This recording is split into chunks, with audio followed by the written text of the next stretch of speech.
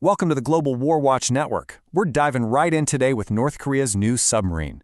It's supposedly a tactical nuclear attack sub, and it's really shaking things up. We're going to have to weigh its very real missile launching potential against its, well, pretty serious diesel-electric limitations. So, is this thing a credible second-strike weapon, or is it more of a psychological game to hide some seriously old tech? That's what we're here to figure out. And hey, if this is the kind of analysis you're into, do us a favor and hit that subscribe button right now. Right, so it really boils down to two key questions. First, is this new sub a genuine threat, or is it just a really elaborate piece of propaganda? And second, has it actually changed the balance of power in the region? Let's get into what the intelligence is telling us. To get to the bottom of this, we've got to start with the story North Korea wants everyone to believe. And believe me, Pyongyang has made some incredibly bold claims about this new submarine. They're framing it as nothing short of a revolution for their entire military. Yeah, at the launch ceremony back in September 2023, Kim Jong Un himself pulled the curtain back, calling it a menacing means of attack. But you have to pay really close attention to his wording there. Preemptive or retaliatory strike. He's not just talking about defending the homeland anymore. That signals a much more aggressive strategic outlook. And this is the official rundown they're putting out. The hero Kim Kun Ok is their first ever tactical nuclear attack submarine. They're saying it has 10 launch tubes for nuclear-capable missiles, making it a survivable sea-based platform, the missing leg of their nuclear triad. If you take this at face value, it's a huge deal. But, and there's always a but when we're talking about North Korea, the official story doesn't quite line up with the technical reality. Once you start peeling back those layers of propaganda, a very different picture starts to emerge. And here it is, the first huge red flag. Pyongyang is calling it a modern nuclear threat. The reality, it's built on the frame of an old Soviet Romeo-class diesel sub. We're talking about a design from the 1950s. They've basically taken an antique and just bolted a new missile bay onto it. Exactly. It's not a nuclear-powered submarine, it's a diesel-electric boat. And that comes with massive problems. It can't stay submerged for very long, and it's inherited that very noisy acoustic signature from its old design, which, frankly, makes it a sitting duck for any modern Navy. But here's the real kicker. Almost 2 years after that big, splashy launch party, intelligence suggests this sub isn't even fully operational. It's barely left the dock. Okay, so if the hero Kim Kun Ok is a flawed, noisy, and maybe even a non-functional boat, you're probably asking, so what's the real threat? And that brings us to the crucial twist in this whole story, a new alliance that is supercharging North Korea's ambitions way beyond what they could ever achieve on their own. This timeline really shows you how fast this all escalated. It kicks off with that Kim-Putin summit in 2023, and let's be honest, that was driven by Russia's desperate need for artillery shells for Ukraine. That handshake quickly turned into a formal treaty, but look what happens next. A very specific Russian cargo ship mysteriously sinks, and then bam, North Korea suddenly announces they're building a true nuclear-powered submarine. The sinking of that Russian-owned cargo ship, the Ursa Major, in December 2024 is such a pivotal moment. This ship wasn't just any old vessel. It was owned by the sole transport provider for the Russian Ministry of Defense.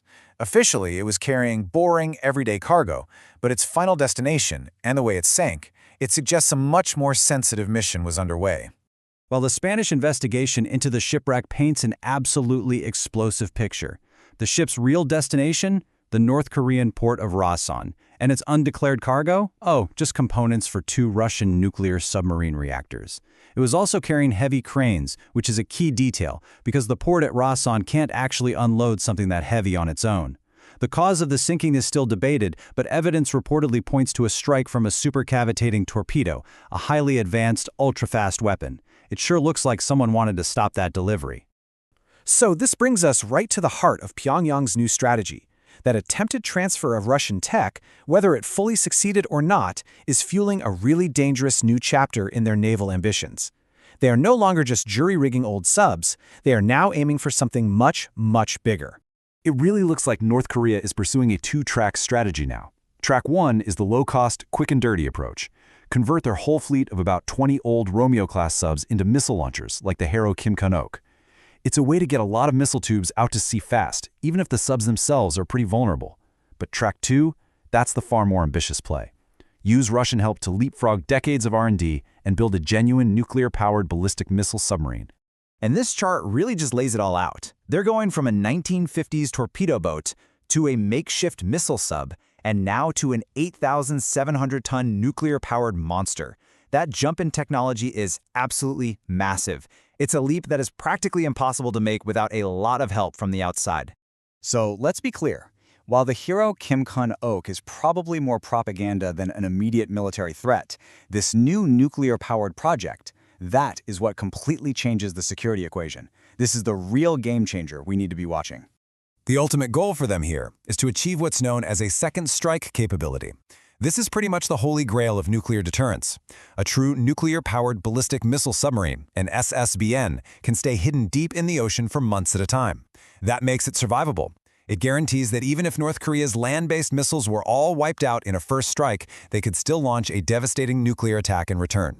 And this ambition is being helped along by some major geopolitical shifts. In 2024, Russia vetoed the UN panel that was supposed to monitor sanctions on North Korea. Boom, just like that, they created a sanctions bypass. Around the same time, China, for the first time in almost 20 years, quietly dropped the phrase denuclearization of the Korean peninsula from its defense white paper. For the US and its allies, the job of tracking North Korean threats just got exponentially harder. 8,700 tons. Just remember that number. This isn't some small coastal sub. We're talking about a large, ocean-going strategic weapon, a weapon made possible by a shocking violation of international rules. The hero Kim Kun Ok is just the distraction. This is the real headline. All of which leaves us with a pretty sobering question. The hero Kim Kun Ok might not have shifted the naval balance on its own, but it sure signaled an intent that's now being powered by foreign technology. With a permanent member of the UN Security Council actively handing over nuclear submarine tech to a sanctioned state, we really have to ask, is a fleet of nuclear-armed North Korean submarines no longer a question of if, but simply when? So what are your thoughts on this? Is this undersea arms race spinning out of control? Let us know what you think down in the comments. If you found this analysis useful, please give us a like, share, and subscribe to the Global War Watch Network. And you can join us on social media. All the links are waiting for you in the description. Thanks for watching, and we'll see you for the next one.